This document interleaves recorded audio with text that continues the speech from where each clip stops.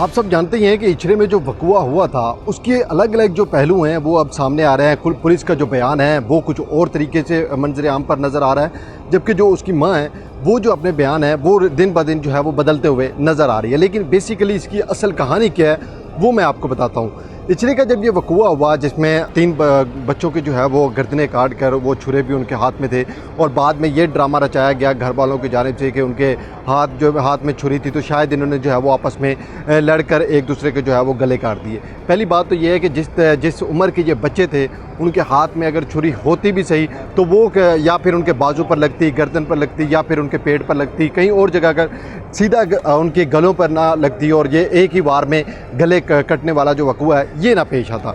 अच्छा, जब उनकी वालदा से प्रॉपर तरीके इन्वेस्टिगेशन की गई तो मौके पर तो उसकी वालदा ने कहा कि मैं जनाब बाहर से कुछ सामान लेने गई थी, तो जब मैं घर आई हूँ तो तीनों बच्चों के जो है वो गर्दनें कटी हुई थी और उनके एक हाथ में जो है वो छुरी थी।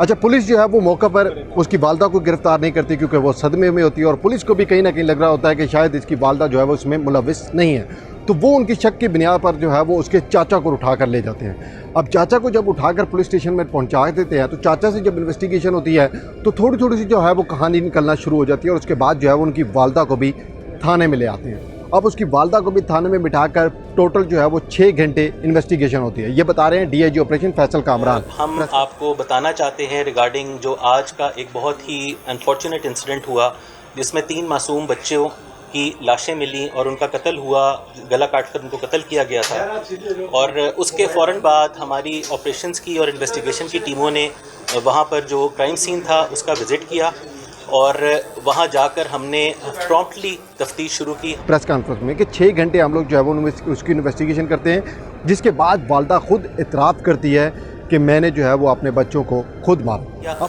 और मैं आपको बताना चाहूँगा कि अब हमें जो है प्राइम जो हमारी मुलज़मा है वो उन बच्चों की माँ है। अब उसने ये भी इतराफ़ किया कि 2 दिन पहले जो है वो मैंने छुरी ली, तेज़धार आले की, खुद जाकर बाज़ार से छुरी खरीदी। मैंने पहले अपने आप को कत्ल करना था, लेकिन मैंने ये सोचा कि अगर मैंने अपने आप को मार दिया तो मेरे बच्चों का क्या होगा।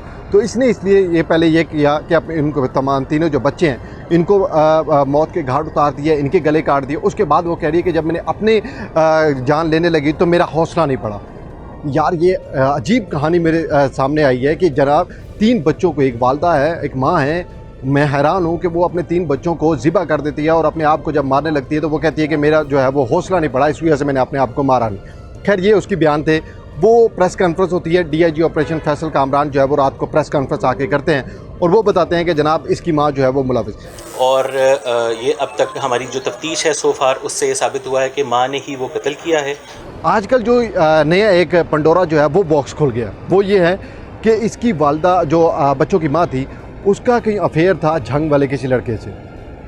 अब इससे पहले मैं एक और भी आपको ट्विस्ट थोड़ा सा बता देता हूँ। एक इसकी वालदा ने ये भी गेम रचाई कि मेरा जो शौहर है वो बार बार जो है वो मुझे शक करता था कि ये मेरे बच्चे नहीं हैं, ये बच्चे मैं किस तरह से पालूं, तो मेरे जहन में ये भी थोड़ी अजियत आती। तो ये डबल माइंडेड गेम खेल रही थी। पुलिस को किसी न किसी तरीके से कन्विंस करने की कोशिश करती थी कि मैं जो है वो इसमें बेकसूर हूँ।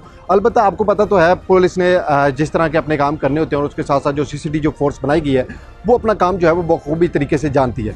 उन्होंने जो है वो 6 घंटे जब इन्वेस्टिगेशन की, इसकी दोनों बातें सुन ली। एक तो ये कह रही थी कि मेरे शौहर को जो है वो मेरे बच्चे पसंद नहीं थे, वो कहता था कि ये बच्चे मेरे नहीं हैं। एक मुझे उसका सदमा था, दूसरा ये बेरोज़गारी की वजह से मैं अपने बच्चों को नहीं पाल सकती थी। ये दोनों चीज़ें जब उसने बताई तो पुलिस को अभी भी कहीं ना कहीं लग रहा था कि ये जो औरत है वो झूठ बोल रही है।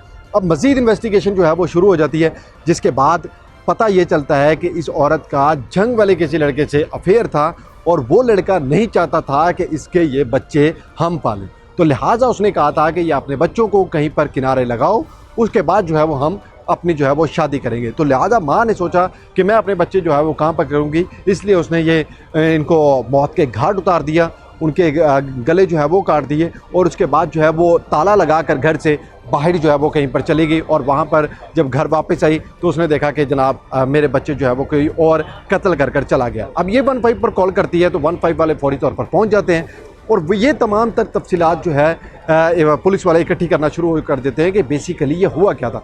अब आप भी तमाम चीज़ें समझ गए होंगे कि माँ किस तरह से 2 अलग अलग ड्रामे जो है वो मुख्तलिफ तरीके से रचाने की कोशिश कर रही थी कि शायद पुलिस को जो है वो किसी तरीके से गुमराह किया जाए और मैं जो है वो बच सकूं। लेकिन अलबत्ता ऐसा होने वाला नहीं था, क्योंकि पुलिस जो है वो अपना काम किस तरह से सरअंजाम देती है और इसके साथ साथ जो सीसीटीवी बनाई गई है वो ये अपने काम को जो है वो बखूबी तरीके से जानती है। लिहाजा 6 घंटे की इन्वेस्टिगेशन को तवील करके 12 घंटे की इन्वेस्टिगेशन को किया गया, जिसके बाद पता ये चलता है कि इस औरत का अफेयर था झंग वाले के साथ और वो नहीं चाहता था कि ये 3 बच्चे जो है वो इसके साथ रहें। लिहाजा माँ ने जो है वो अपने तीनों बच्चों को गर्दनें काट कर उनको कत्ल कर दिया, जिसके बाद अभी जो है वो उसके ऊपर नया मुकदमा जो है वो दर्ज कर लिया गया है। पुलिस जो है वो मज़ीद इन्वेस्टिगेट कर रही है, उस लड़के को भी ढूंढ रही है, क्योंकि वो लड़का अपनी फैमिली को लेकर वहाँ से फ़रार हो चुका है। तो लिहाजा वो उस फैमिली को भी ढूंढा जा रहा है, उस लड़के को भी ढूंढा जा रहा है। मज़ीद तफसीलात मेरे पास आएंगी तो वो भी मैं आप लोगों के सामने रखूँगा कि आगे जो है वो क्या प्रोसीजर जो है वो कंटिन्यू चल रहा है पुलिस की जानिब से। जी।